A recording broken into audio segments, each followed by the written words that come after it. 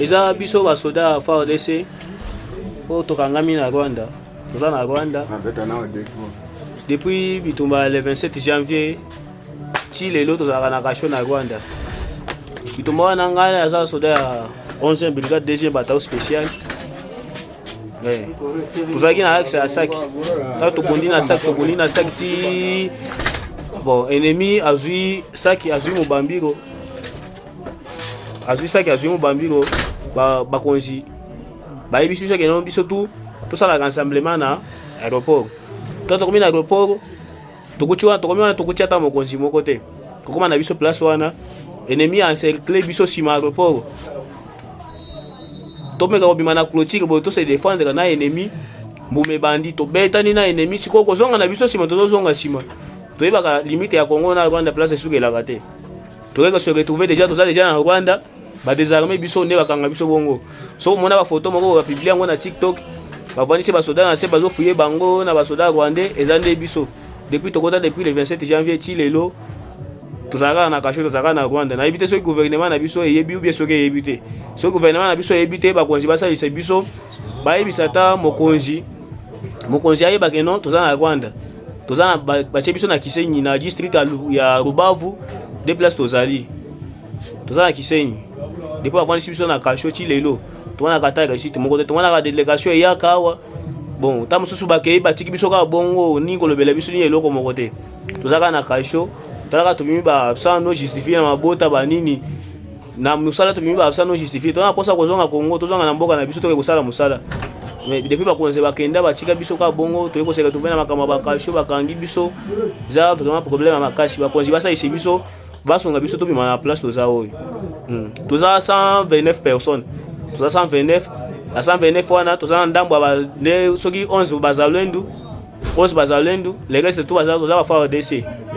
De bakanga biso na des policiers baza biso na kati na biso. De bakanga biso place wana de bakanga biso kaka na frontière bongo. Si lelo tozaka na kasho si ya moye bakonzi basonga biso bayebisa ta mokonzi ya mboka ayeba ke toza na Rwanda toza na boloko. De mabusenga tozosenga na gouvernement na biso ngwana esalisa biso bimisa biso place oyo tozonga na mosala na biso. Mboko yo makambo moko normal nana lobela na vidéo à toi lobana. Bonjour mes chers compatriotes congolais. Message est particulièrement pour mes collègues de service, mes amis les militaires des FARDC ainsi que les collègues policiers. Chers amis, chers camarades.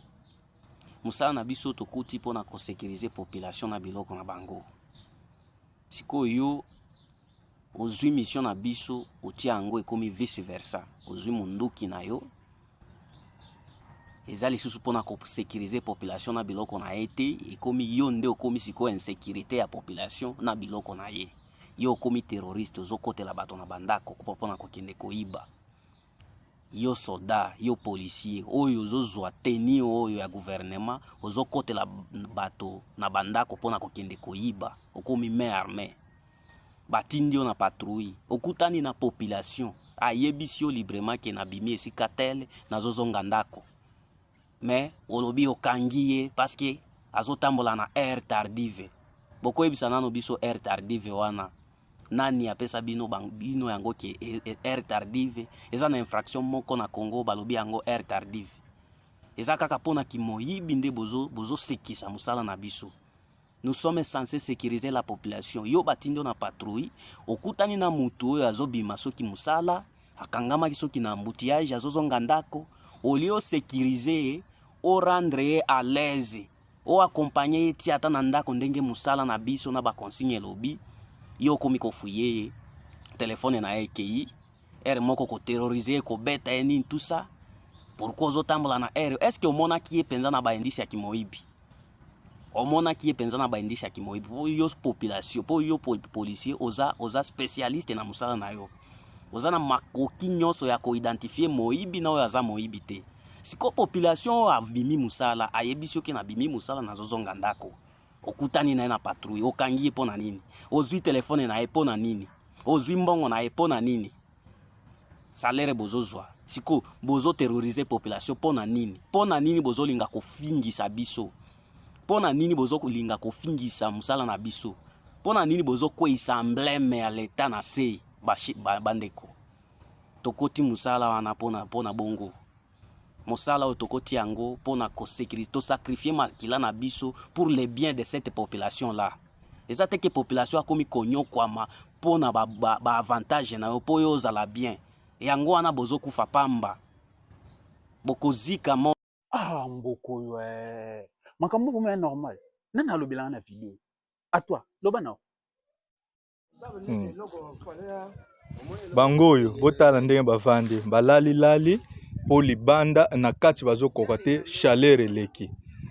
Bangoyo bango nyonso baza nef. Ba mama ya zemi bangoyo tobimisi bango. Bangoyo bango nyonso ozomona ta. Oyo alali na yeye. Oyo atelemi alamuki sikoyo. Ba oyo bangoyo balali ta. Nini effet ya zemi moye bazala na kati chaleur ezate. Omone bangoyo.